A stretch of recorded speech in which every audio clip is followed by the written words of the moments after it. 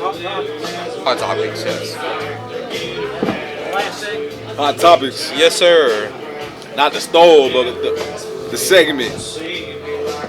Fans, we're back here on Wrestle Talk Tennessee, and I've been criticized by Bishop here that I didn't ask about the beginning of his wrestling career. What? And we had certain questions set aside. Disrespect. And, Bishop, that was something important to know, and we respect that. And so the beginnings, the origins of Bishop Tagaloa. The origins. You see, I ain't gonna lie. It's a crazy story, right? I was on Facebook Market. I was trying to buy something else, I ain't gonna lie, but I stumbled upon a flyer for ETCW. It's Dave Jones' Dave Jones is still there. It's his stomping grounds, but yeah. So, the person who posted it was Kevin Lane. So, this guy I messaged and was like, hey, I know you're posting the show, but let me be a part of the show. Let me be a wrestler. So, he invited me to be kind of part of the show. He let me meet the bosses and take a couple bumps and lock up and things of that nature to get a little feel. And then I got some training. I tried to drive 45 minutes once or twice a week to get some training from these folks.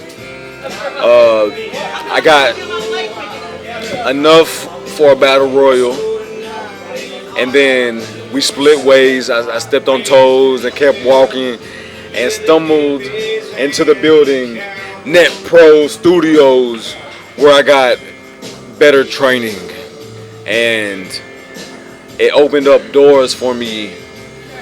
And you see where I'm at now. I am the new and the first King's Wrestling Promotion Champion. I don't know if you see that, but that's shiny. It is. So it's an honor. But I left him behind, left him in the dirt, and moved on to bigger and better. So I appreciate the opportunity that Kevin, that Roger, that any of them folks gave me, but it was time to sprout and grow. So that was mine. So we have some questions, and Dave, you go right ahead, and we're going to prepare for What's some up, Dave? questions. What you got, Dave? Dave Jones is here with gonna us move it. tonight, and fans who are Wrestle Talk Tennessee, if you're just now joining us, we're here at Petty's Pub, 6520 Chapman Highway, and what a great night it's been. We appreciate Miss Cindy in the background here. And we appreciate Thank you, Miss Agenda Cindy. Home Video and Agenda Video 1 at Yah. He does better than me. .com. Dave Jones, welcome into Hot Topics tonight, and what a night it's been here on Wrestle Talk. Well, hey, I tell you what, I have got a hot topic. It's this guy, man. Yes. Oh, snap. Man, We have a I'm comment telling you, here you're the from- guy, man. We have a comment from a fan that's wanting to see a gun show. Now, I don't know. There you go. Oh. There Oh, you I was go. gonna. Oh, never Oh, mind. We gonna see that? Oh man, Dave I thought Jones has quite the guns over there, and he can. he was gonna embarrass me. He was gonna embarrass me, No, y'all. no, man, this is the man right here. I'm telling you. Dave You got Jones been involved with pro wrestling for many years, and he and I have known each other for nearly 3 decades. And 30 years, that's a little bit older than you are. How old, now, fans want to know how old you are. I am 26. Listen to that. 98, baby. Dave, you remember being 26.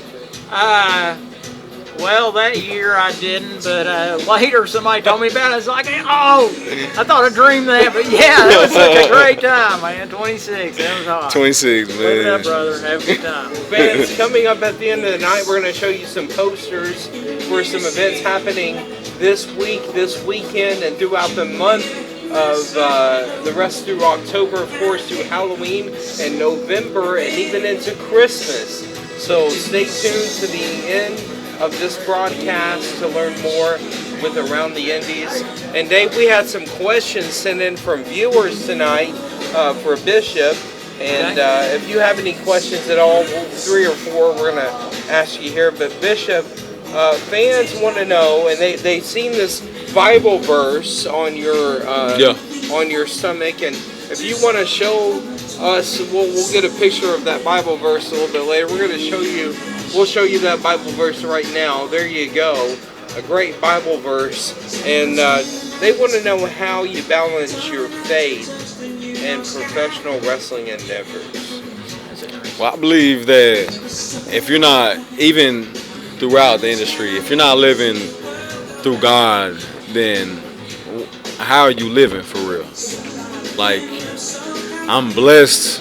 This is nothing but God that's given me every opportunity, that's given me every, like, I don't even know how I'm alive today. Like, I done been through some stuff that they don't know about, that it's like, man, it couldn't be nothing but God. So the least I can do is put a Bible verse on my body. Not only that, it look good, it does look good, I ain't gonna lie, but that's just something I stand on. You just want to live through with faith, you know. I don't know how these folks live without God, but if all else fails, I got God. So, I appreciate Bishop, in your and my name Bishop. Come on now, how can I not be with God? My name is Bishop. yes, Good name too. Bishop, so many, and we're open to religious questions. This is completely okay, but Bishop, can you share a particularly meaningful experience or moment in your journey with wrestling as well as with your faith? Anything in the same context? Well, I feel like everything that I've been doing in this industry has been because of God. But something that sticks out in particular is back in 2018, I was coming back to Knoxville from college, Jackson, Tennessee. I was involved in a car wreck. I did fall asleep behind the wheel. I drove into the woods. There was, like, I didn't leave with nothing but a minor bruise on my left lung.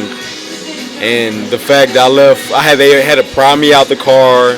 They had to, like, I had to scream for people to acknowledge I was even stuck in the woods.